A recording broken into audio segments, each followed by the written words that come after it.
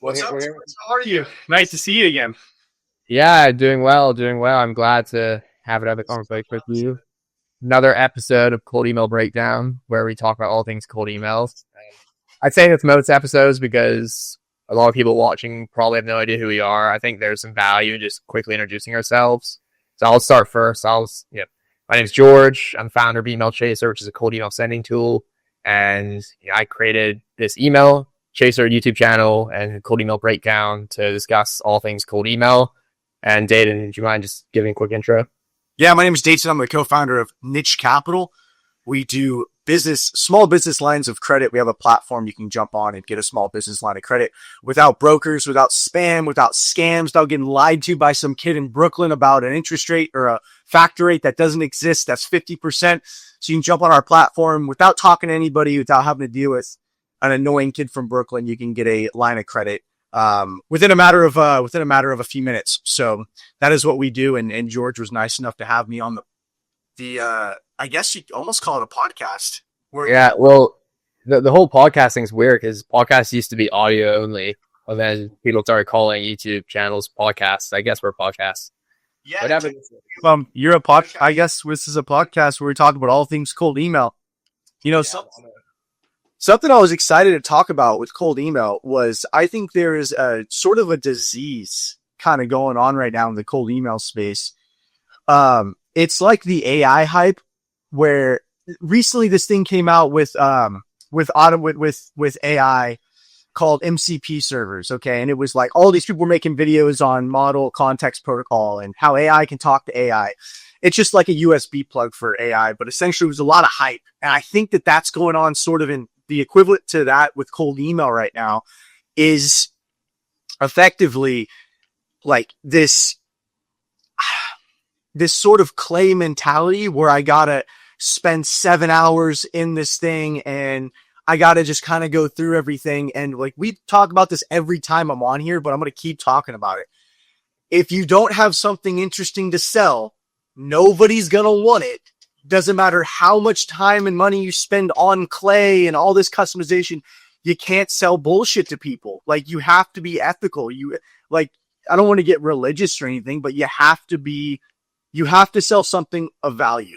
You know what I mean, George? But you know why so many of these people like all these tools? It's because it's a way to defer reality. Yes. They don't want to actually send the emails and start the conversations because that's going to be a slap in the face of, oh, wait a minute, no one actually cares about I'm a TikTok editing service.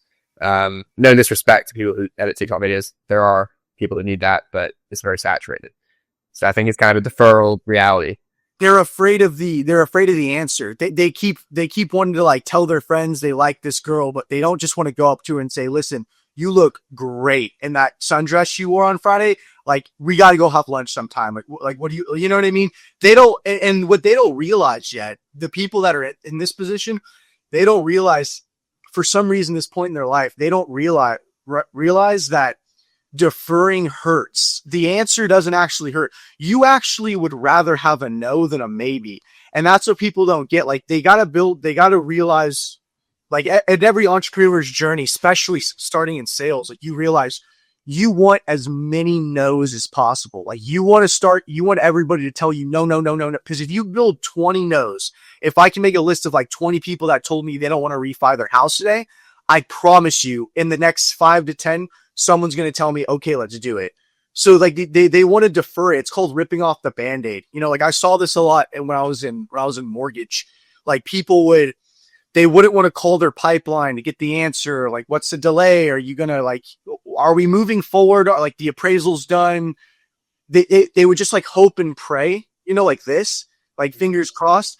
And that doesn't work. You have to just get down to the answer, because once you start getting down to the nitty gritty and get that final answer, you can scale from there because you know where you're actually really at, you know, and you know this from building SaaS. Like you have to know, okay, where are we really at? And then we can move up from there. It's not just like, well, I have this in my code base. It might work. It might not work. It's like, you didn't test it. Does it work? Does it not work? And then we can move from there. Yeah, and you're also learning through that process because every single person who says no to you is probably going to also give you some kind of feedback most of the time. And you take that feedback, you're sort of iterating each no until whatever you're offering is slightly better until you actually have something people care about. That's really the key. It's like you're like to asking a girl out. Like, if you just went up to 20 random girls on the street, you would probably have 3 out of 20 who would say, sure, let's go get dinner tonight. Whereas you have 95 or 99% of people who are, I don't know what they're doing, but maybe they're watching YouTube videos on how to talk to a girl or something. Right. But, or like, those people are not going to have any dinners with anyone because they're just delaying action, which is what really matters.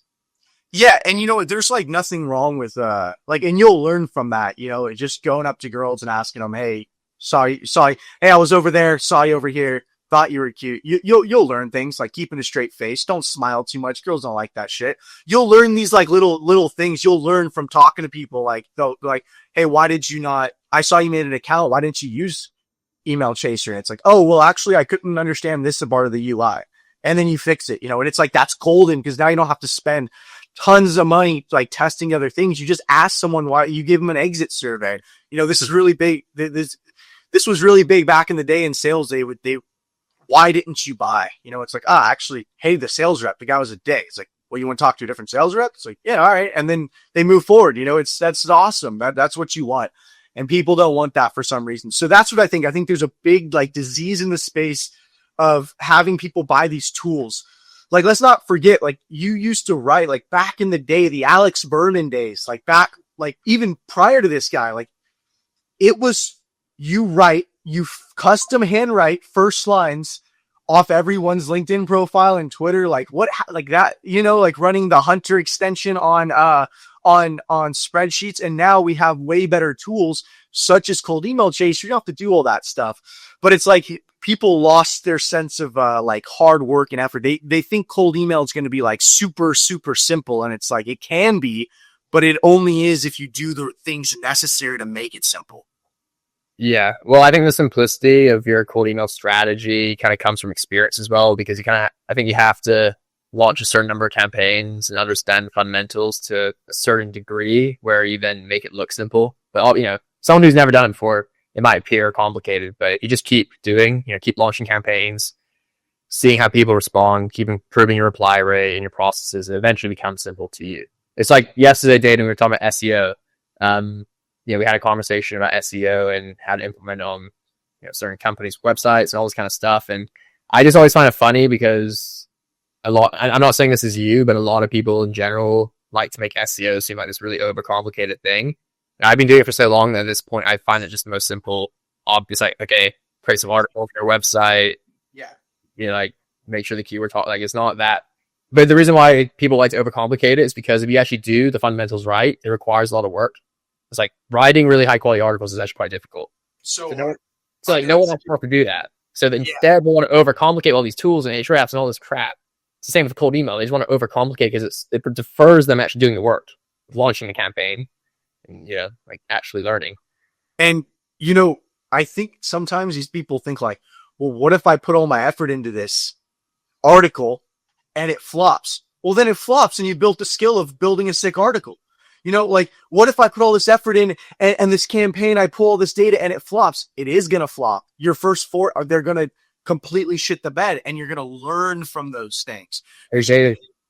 Don't tell them that they're going to be flopping for 10 years before they have some real success. They're not ready for that conversation. Yeah, they're not ready for, yeah. You talk to any arch, that's interesting. Like, you even talk to, like, you listen to, like, Dana White, right? The UFC. And he's like, dude, he had a car dealership before the UFC. Like, that went out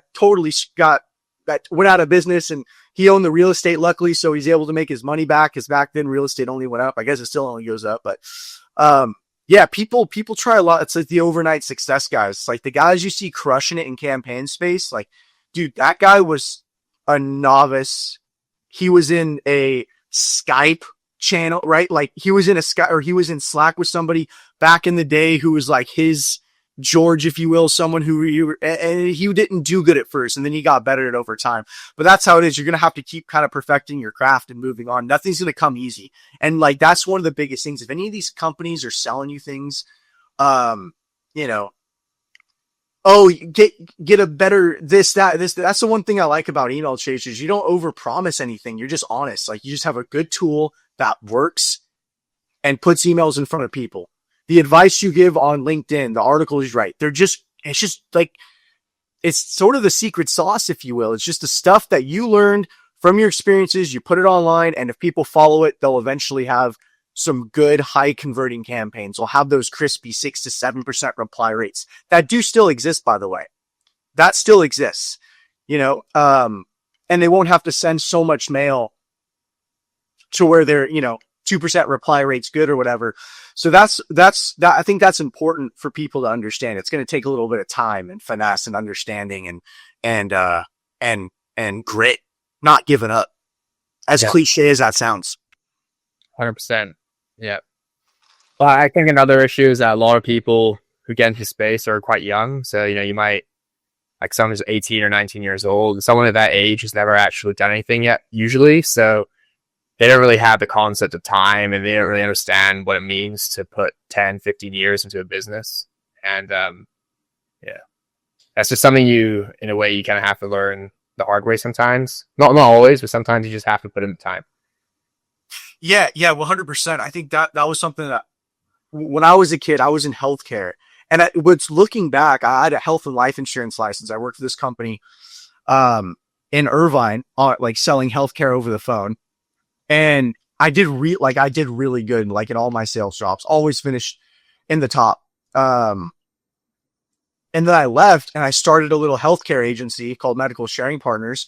And I was building a book of business and I was paying for AdWords, and I ended up quitting. But it's like, cause I wanted to get into real estate, I think. But like, when you look back, like I was doing like, as 19, I was doing like $2,400 a month residually on a little book of business. And I was moving in the right direction. And it's like, I just didn't give it enough time to really build into something. And that sucks, because I would have been, I like to think so, at least. I'd probably have a giant group healthcare brokerage crushing it right now. And that's kind of the interesting thing about it. Thank God I'm not, because I do love lending, truthfully. But insurance is really boring.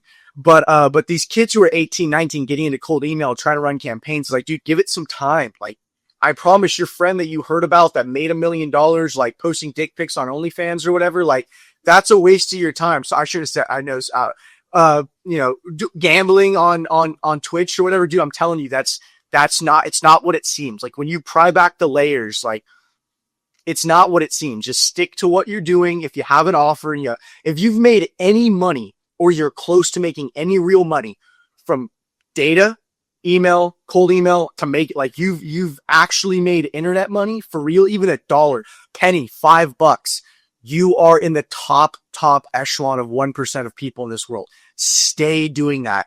Be okay. Accept that it's going to take the next decade to get where you want to be. Just accept it. You're going to be 28 by the time you make your first million, and accept that, and if it happens earlier, you can be pleasantly surprised.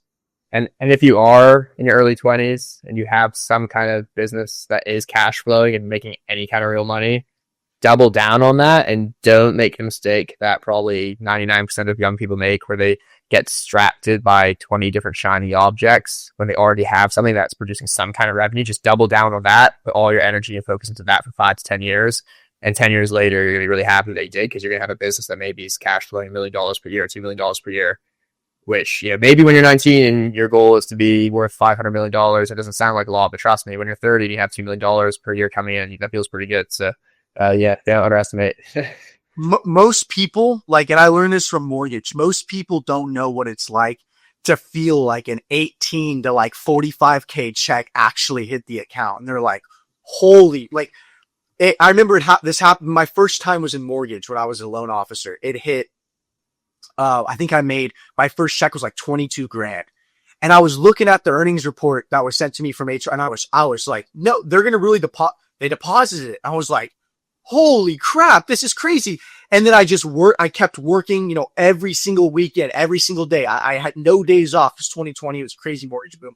So and then all of a sudden the next month check hit for like 30. And it just, money started compounding. It's like, everybody in life needs to feel that at least once, where you, like, at least 3 in a row, you get 3 just stupid checks. And that's like, oh, I want to make $100 million. Like, hey, well, let's make 250 a year first. Let's see if we can get to 100K first. Make 60. If you're 18, try to make your first 65 grand in a year. That's great money for 18-year-old, and then let's make 100. Let's make 200. And then when you do $500,000, you'll feel that $500,000 you make in a year, that 300, 400, 500K, that will feel like 500 million to you. You'll have more money than you'll know what to do with. And you'll be like, okay, this is pretty cool.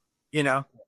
And it doesn't matter how good a restaurant is, you're not spending $500 million in a restaurant. So, You're just not. Yeah. And you don't even know how to manage a yacht, a $500,000 or a $500 million. You know how to manage all this stuff. You're 18. You got a lot to learn still, you know? So make your first, $250,000 to do those things. That was interesting topic you touched on. You said double down. Yeah. Don't go start an AI agency. Like if you're have a copyright agency, like and it's cash flowing, stick to what you're doing, man. And just keep doing that. yeah, I think the only sort of exception to that rule, in my opinion, is if it's something that you're pretty confident isn't going to be around long term, then maybe it makes sense to pivot because I'm all for doubling down on something that will be there 30 years because I love long term businesses. But if it's some kind of short term, like you're selling fidget spinners when fidget spinners were popular, like that's not obviously but it just depends For sure. Or if it's a scam, like if you kind of know in your heart that the results are trash, like maybe you do you have some type of agency that does something and you kind of know in your heart, like if you're feeling bad when you close somebody, yeah, you need to get off that as soon as possible. That's never. Yeah. Well, that's bad from an ethical perspective, but also it's also a self-fulfilling prophecy because if you're scamming people or your business is not actually delivering results, inevitably your reputation will catch up to you, and then eventually people want to do business with you. So it's going to close down eventually, anyways. So you might as well don't do it to begin with. But if you are doing it, stop now and do something that's worth. Yeah, there's only 11 million businesses in the U.S. that actually can probably afford your product or service. Remember that. There's 35 million, but out of the 35 million, only about 11 million do over $250,000 a year in revenue, $20K a month, right? How many of them you think how many of those you think you're gonna want to act? So and that may sound like not a lot, but if you start emailing all of them, how many are gonna talk to you, and then how many people are going to remember that you screwed them over? And if you're doing this long term and you're B2B, eventually you're going to run out of people. You see it happen to the consumer space, and there's tons of consumers, hundreds of millions of consumers, and they catch on very, very fast to what's going on. So you definitely want to stay away from that. But back to the original point, it's like, rip the Band-Aid off, start sending some emails, start getting some results. The point is to start. I don't know how this came about. I'm not David Goggins, but I mean, it feels like we're kind of preaching to the beast, because I know people are watching this who aren't in the position that I'm in. For example, they don't have they don't have all the knowledge of cold email that I do or that you do, right? Like they don't know all these things, but they have to. I'm trying to tell these people, like, hey, you need to start sending mail. Start sending mail. Don't piss people off. Don't spam the shit out of people. People appreciate a good cold email. I get cold email by people. I reply to cold emails. I do. Guess how I met George? You guys want to take a wild guess at how I met George? Anybody watching this? Go ahead. Right in the comments below. I cold called you. I signed up for cold calling your service. You knocked on my door, and then you bought ads. Remember, only at my Target, right? He cold emailed me. He said, "Hey, I got this tool. Thought you might like it." Like, simple as that. And then I made a loom on it. And he's like, "All right, let's talk about it. Like, it looks like you're talking. Like, let's." And then we started talking. Simple as that. And then pitched you on this whole weekly episode, which you want to know something crazy, George? All the people I have in my people I've spoke to, all like some the best business connections that I have currently, I met all via cold email. Yeah, that's not some like, no, I do. And here's the thing. I'm not like tied to cold. I don't love cold email. Be like, it's cool. I like it. It works really well. But the moment it stopped working, or the moment it stopped working, it would be because of me. Like cold email is not one of those things that always works for the most part. But like, I'm not in love with cold email. So like when I say that, people can really take what I'm saying for the truth. Like I met everybody I have in my corner via cold email because cold email is effective. It's very, very effective. Yeah. I think it's the best way for starting conversations. I mean, how else can you get a message directly in front of whoever you're trying to reach out to? No middleman, no secretary. You just send them an email. I mean, that's it. One thing people try to do too is like, and because here's the thing that works in cold email for starting conversations. Hey, reached out looking for your feedback on something, but really they're trying to offer something. People smell that a mile away. If you're actually looking for feedback, this is where like, I don't, again, not to get religious or ethical, but this is where like true ethics comes in. People can smell it. You have to actually genuinely have no intent to sell something to somebody. And if you reach out asking for their feedback on something truthfully, they'll end up becoming a customer. The moment you try to be a snake and try to say, oh, just kind of looking for your feedback on this, but really your whole goal is to sell them something, they're going to sniff it out immediately. That I just want to let people know that approach never works.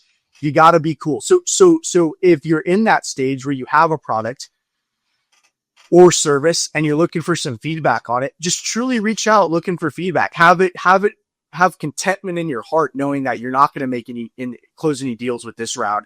And all of a sudden these people will become probably good friends, and they'll also end up buying from you. And if you're looking for customers, be straight up about it. Say, I'm looking for customers. It never benefits you ever to lie or to try to be concealing, which is, if you want to be technical, that's just lying. If you know it, you're not saying it. That's just the same thing as lying. It never benefits you in cold email. You just want to be flat out, straight, and honest. And I promise you'll get a lot of good results. And those people that say no today, they will say yes in the future. Like if you keep email and you end on a good note, like, hey, I didn't mean to bother you, just thought hey, no problem. Appreciate your time. You mind if I like talk to you in a couple quarters? You mind if I just stay in touch with you from time to time? Yeah, that's fine. Eventually those people will want to get on a call, and you'll convert those people. Yeah, I agree. That's one of the issues I have with a lot of personalized lying strategies in cold email is like, the prospect can smell the BS. I mean, it's very obvious what you're doing. You didn't actually read their article. And I'm not saying that every single example of personalization via AI is a bad idea or doesn't work, but I think for the majority of people who are trying to implement it, it just doesn't seem sincere. It just seems like BS, which it is, and it's probably doing more damage than it's actually helping your efforts. Yeah, it's better to have a shorter email and say, hey, saw you do this, we do this, you want to talk? That's better than being like, George, love what you're doing over at the Cold Email Chasers. Yeah. Really have an interesting product. Really excited to see where it goes in the future. It's like, oh man, it's got AI written all over it. It's like, dude, that hurts you way worse. Just say you want to sell me something. Like, dude, you look like a good prospect. Just tell me a problem that I currently have, which you have a solution to. The real issue here is that most of the time the person doesn't have a solution to a problem I have. And that's what no one wants to talk about. Everyone's trying to send emails, but no one actually has solutions to real problems. Yes. Yeah, 100%.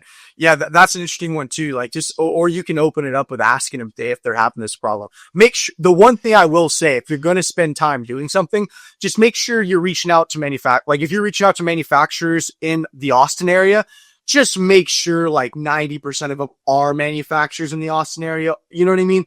Like that is the only thing you should be using Clay for, really, is like making sure the people you're emailing are the people you're actually emailing. They're the people you think you're emailing are the people that you're emailing. If you do that, like most of the problems you have will go away. And if you use a good, solid, simple script like what George just recommended, hey, looks like you do this. Most people I speak to in the space have this problem. This is how we solve this problem. Are you open to a call? Simple, sweet, short, to the point. You could even still run quick question. Like, you know what I mean? And people are going to open it and you're going to get on the phone with some people. But yeah, if you don't have but back to what George said, like if you don't have a good product, you just don't email anybody. You're wasting everyone's time. You're wasting, including your own. Yeah. And just to add to what you just said, for anyone watching who's a beginner, you might be thinking, well, why does it matter if I send 10,000 emails? Who cares if half of them are not relevant leads? Well, the issue is that, if someone emails me and they say, hey, I saw you're using Smartly. Can I help you launch cold email campaigns with Smart? And I'm going to mark them as spam, because that's what they are. They are spam. Like I obviously don't use that tool to send emails. It's completely wrong.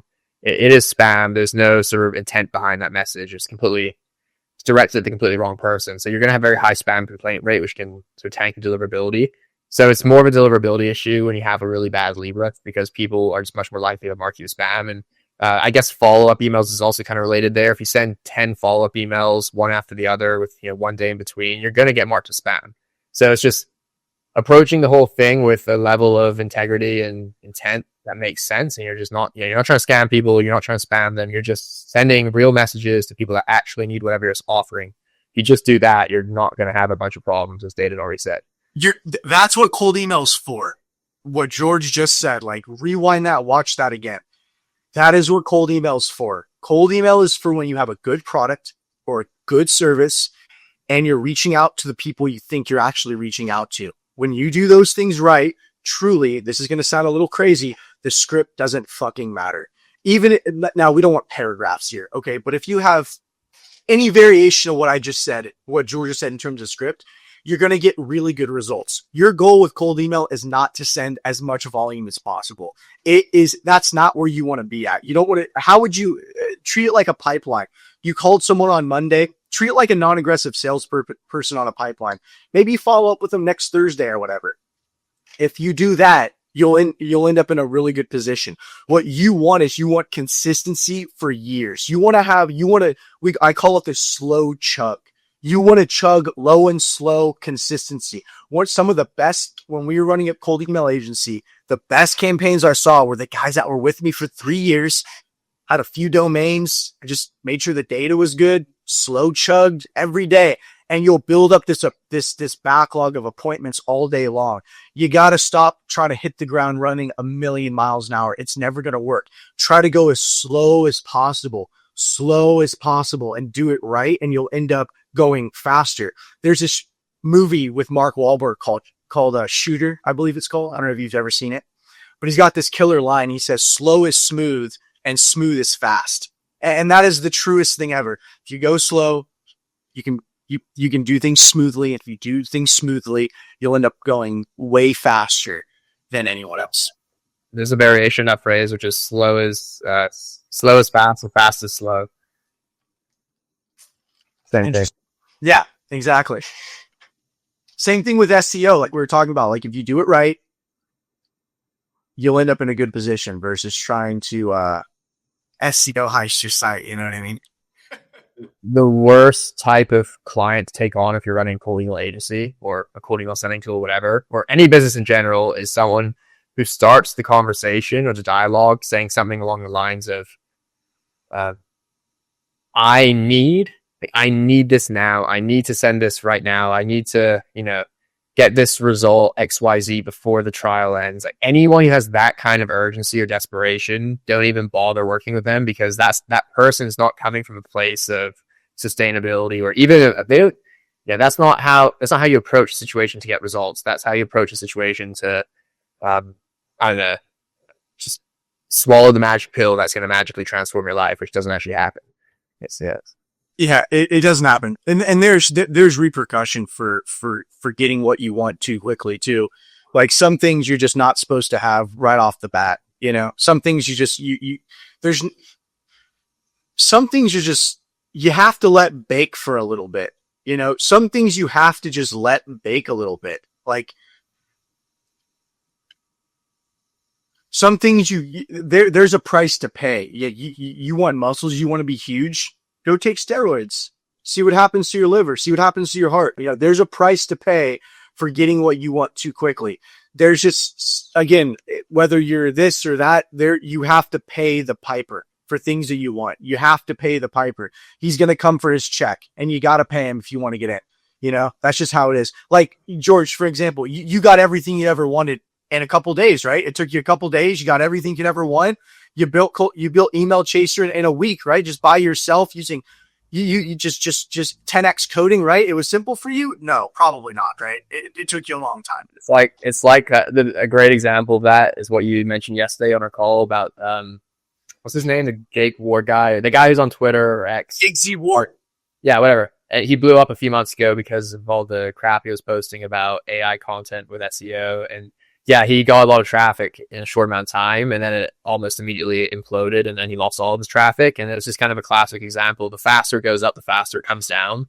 And another example of that is there's sort of data showing that the longer that a name has been around in England or anywhere really, the longer you can project that's going to be around in the future. So a name like Arthur, which has been around for like hundreds of years, is still going to be used by people probably 100 years from now. Whereas there's certain names that are they become trendy for 1 year for whatever sort of celebrity reason, and then 1 or 2 years later they're gone completely. So it's just like everything in life. The faster you go up, usually that Yeah. Abraham, the name Abraham will be used till your children's children have grandchildren. Great. You know what I mean? Abraham will be, so yeah, absolutely. Without a doubt, man. Yeah. The fly by night stuff never works. And I know we focus on like cold email on these calls, but I think it was good to sort of dive into a little bit of just mentality behind the actual cold email campaigns. You can go on YouTube and you can find all the cold email advice. Heck, you can talk to chat, and get pretty far with some decent cold email advice. But the truth is, it's like, how long can you stay in the game? How long can you stay in the game? And like, you can't expect yourself to get everything you want tomorrow. It doesn't work like that. Like, there is a price to be paid. You have to pay someone to get what you want. If you want, like, there is a price to be paid for what you want. If you're a kid watching this or grown up and you're like, oh, I want to have an agency to leave my company, dude, there's a price to be paid for that. You're going to have to pay the piper to get what you want. So don't leave. So that's why our whole spiel was earlier. Hey, if you're making money, means you've already paid an entry fee somehow with time, failure. You did something right already. Don't leave. Unless it's a spammy, scammy product, stay in the space, double down. $2 million a year, $700K a year in revenue with good margins will change your life. Yeah, and people forget that the top 1% of income earners in the U.S. is only 200 or 300 grand, I think, per year. It's like everyone's walking around pretending like it's normal to make $1 million per year. It's like it's not even top 1%. That's like top 1, like 0. I don't know what the figure is, but yeah. People really come back to reality. People just be so shocked, like what the real numbers look like if their favorite Instagram influencer and stuff. Like that's what they just don't get. The guy who runs that cement company that construction guy that runs that cement company down the street, like he makes more money than your favorite influencer. The guy that has that track home, because that guy who owns a track home in the concrete business, been doing it for a long time. He drives some Ford F450, $125,000 truck. He's got a couple M's in the bank. Things are good. Business cash flows. He's got some real estate. Like, he makes more money than your favorite influencer who fake flexes online. I'm telling you, you get shiny object syndrome is the plague to entrepreneurs. You got to just stick to what you're doing, man. Yeah. Well, he makes more money now, and he's going to make more money in 20 years because his cement business is going to be there in 20 years. Your whatever AI hype business that's popular this 6-month period is not going to be there in 20 years. Yeah, it's just not going to be there in 20 years, man. And like, I'm telling you, you see the pretty girls and the money and the necklaces on Instagram with these people, and even the marketing people. Like, remember this too. Like, for the most part, if someone's selling a course, they're selling a course because, not everybody, but for the most part, they're selling a course because they can't do what they're trying to sell you to do. And that is just the truth. Most people, like, I know some people in the cold email space. I'm not going to call them out, but I know them. I could easily say their name right now. I know people in the space that sell cold email courses that suck at running cold email. Let that sink in. They don't even run cold email to get where they are. It was literally just a product. And the crazy thing about their course is good. Their course is not bad at all. Their courses are good, but that's why they do that. So if, for the most part, these influencers or these gurus are guruing because it's easier to be a guru than it is to do actual real hard work. And that's kind of where the branch happens. You see people go down the guru path where you see people go and build a real company. I don't know if you've noticed this. I see this a lot. I see people who start in the marketing space or really any space. They either go to become a guru or they end up with a real company, like email chasers, like this one. Like they end up with a real SaaS or some type of real tech, which is pretty impressive. Yeah, I think building is a lot more difficult, which is why most people don't go that path. There's a lot of effort that's involved, where it's a lot easier just to run some traffic to some kind of funnel and tell 17-year-old kids that you're going to make them rich if they give you $997. Yeah, it's just $9.97. Snapshot app. That's the magic number. That's the magic number for everyone listening. If you want to make millions of dollars, $9.97. Yeah, but like You don't need a good product. You don't need a good service. Just $9.97. That's it. $9.97, and they'll buy it every time. Yeah. That's building's much harder. Building a real company takes like actual effort, skill. It takes patience. Like you're gonna fail. You're gonna have setbacks, but you still got to get it done. And that's why it pays to be really good at cold email. That's why if one skill you should pair up with like decent sales skills, like be able to sell something, is make sure you can talk to people. Because the one thing that'll hurt you, like if you have good cold email as a base skill, you can get on the phone with people.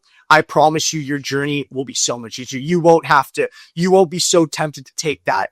Oh, I could just rent a Lamborghini with my friends, become an influencer. Like if you have good cold email and you're talking to real business owners, and you'll start getting referrals from these people. Like you'll have a good relationship with these people. Your service benefits them. It feels one way better, and you'll be able to get way farther in life, and you'll be able to go build something. Think about it like this. Imagine if you don't have a skill such as cold email to get in front of people, and you went off and you decided to do something else. You would have never known the potential you could have had. You could have built the next great thing, but you never knew that because you always let some small obstacles, such as getting in front, you let communication stand in your way of building something. Now that's insane to me. That's insane to me. So listen to George. Hop on emails, chasers. Run some campaigns. Stop being afraid. No one's going to prison for sending emails. And fail a few times. Fail flat on your face. Mess up, and eventually get good at it. And then you'll never ever, like, this is gonna sound cocky, George, but it's like good. As long as I have a good offer, I don't care. I'll never ever have to go work for anybody in my life. Because I can talk to people. And if I can talk to people, it means I can sell something. And if I have a good product or service, I can always sell something. Because I've truly mastered cold email to its core. Mm-hmm. Yeah. And that's why you make it seem so simple, because you understand the fundamentals, but that takes time people don't want to put in. Be brilliant at the basics. That's like some of the best advice I got from one of my very first sales managers. Like, be brilliant at the basics. And that's a lot what George preaches too. Like if you look at his articles, his YouTube videos, they're just really useful insights on a lot of the basic stuff that nobody covers. And I think that's why people like email chasers so much. That's why people have kind of been flocking to you and you guys have been scaling so quick, is because people like the truthful insight as to what I need to do. Do you know what I mean? Yeah. Well, the industry is full of so much crap and so much BS that if you say anything that's even remotely honest, you stand out. Again, it's seems kind of obvious, but you stand out when you have some kind of authenticity. You're not trying to make a quick buck by selling some questionable product or service, and you're more there for the long run. You're just trying to provide a simple tool that works. I mean, obviously, in the context of Email Chaser, our product's still very early, and we still have a lot of improvements that we're making. So, what our problem is today is, it's nothing compared to what it's going to be in 12 months from now. But the point is that, we're not trying to sell something that over promises and then, probably delivers. Yeah. Yeah. No, that's gotta be the worst thing. Yeah. Yeah. That was never good. It never pays off. Again, like it just never pays off the bullshit. It never, you might get a deal a little bit quicker. You know what I mean? But it never pays off the actual bullshit.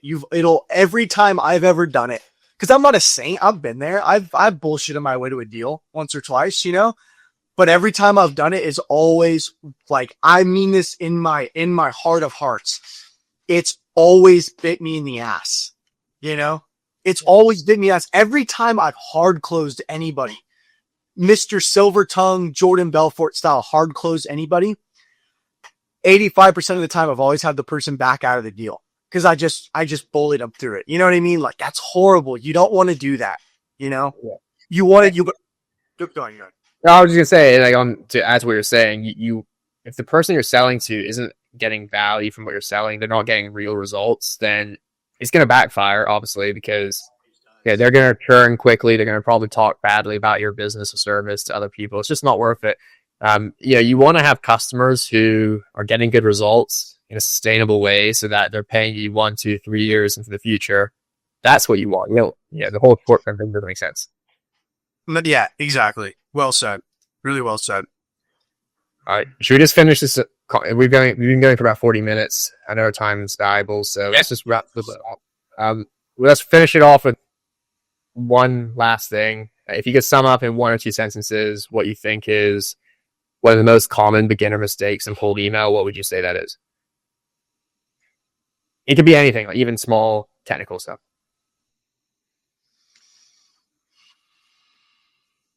Not giving your accounts enough time to warm up.